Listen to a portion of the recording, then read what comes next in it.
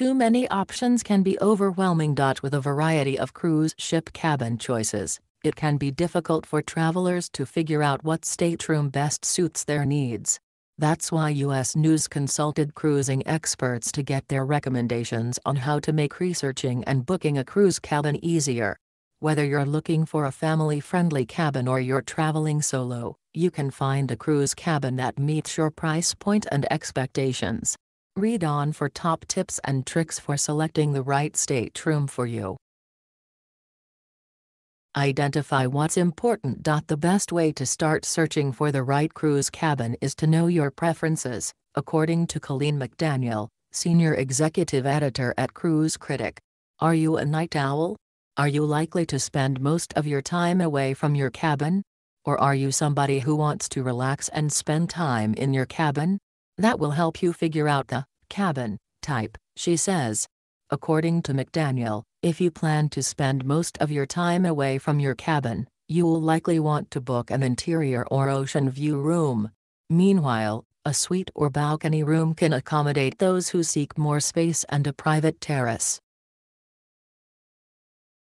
Consider your budget. Narrowing down how much you are willing to spend will not only help you select what cruise line to sail on but also what cabin type best suits you.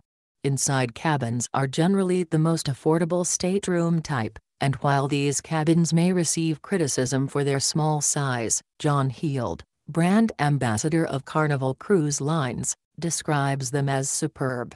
They give the best night's sleep because once the lights are out, there's no window, and you sleep for hours, he says.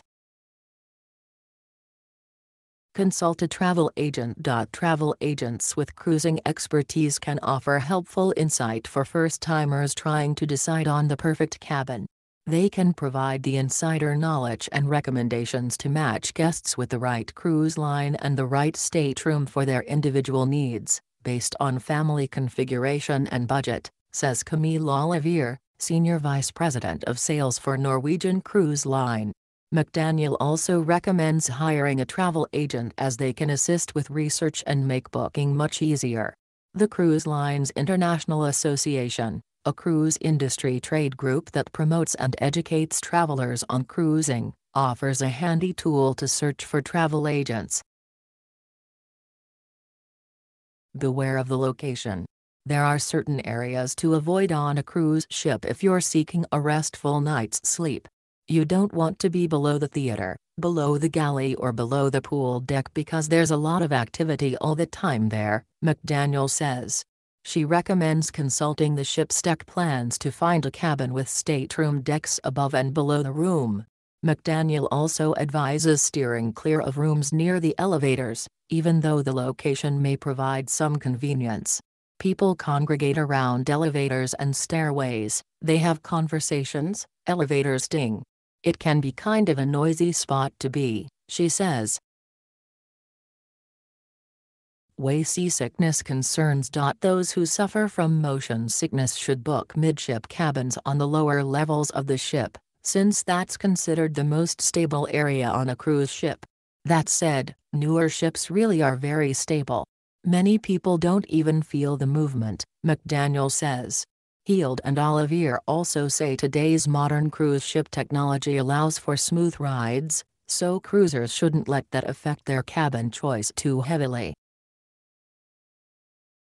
Check social media and message boards. Social media platforms, such as Facebook and Instagram, can also aid in cruise cabin selection, according to Heald, who says cruisers should use social tools to their advantage as they research accommodation options. Now we've got reviews of all the cabins, great photos, all the different amenities listed that you get inside the cabin, Heald says. I definitely think social media comes into play here. Travelers can look at the reviews and where people have stayed. Meanwhile, McDaniel recommends checking cruise message boards on Cruise Critic to read first-hand experiences and cabin tips from previous cruisers. /hero images. Deluxe staterooms or suites may be best for families. When choosing a cabin, consider your family's size and your children's ages. For example, a suite may be the best option for families with small sailors. A suite will give you more room. It also might have something like a bathtub, which when you have a baby is really key, McDaniel says, adding that Royal Caribbean International and Disney Cruise Line offer ideal family suite options. Oliver also recommends Norwegian's multi-bedroom family suites. For families with older kids, Heald and McDaniel suggest booking connecting rooms, which can be found on most cruise ships. Heald also recommends Carnival's family deluxe staterooms, which offer 2 bathrooms and can accommodate up to 5 passengers.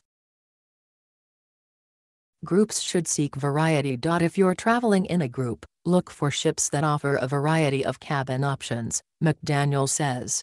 That way, like-minded group members can bunk together.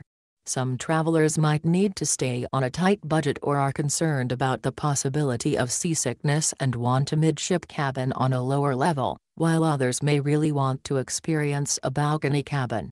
McDaniel says MSC Cruises, Norwegian and Royal Caribbean all offer a plethora of cabin types.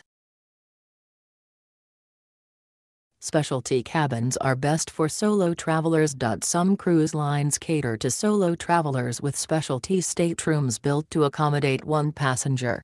Holland America Line, Royal Caribbean and Norwegian are a few companies that offer solo cabin categories on select ships. For example, on select Norwegian ships, including the Breakaway, Escape, and Epic, studios are located in a private area, with a lounge and ample amenities, making it easy for single travelers to interact, Oliver says. These unique cabins are also a cost-effective option since there is no single supplement charge, a fee cruise lines impose to compensate for 1 cruiser rather than 2 using the cabin. River cruise lines, such as Avalon Waterways and Ama Waterways, are also addressing the needs of solo travelers by waiving single supplement fees. Book early. Once you've decided what cabin type is the best for you, you should book it as soon as possible. There's this misperception that there's always these empty cabins just sitting there waiting to be sold. The best way to ensure you get the cabin that you want is to book early, says Vance Gullickson, Carnival's senior public relations manager, who adds that if you wait until the last minute, odds are you won't get the cabin of your choice. As a rule of thumb, you should aim to book your cruise several months in advance to secure the stateroom you want.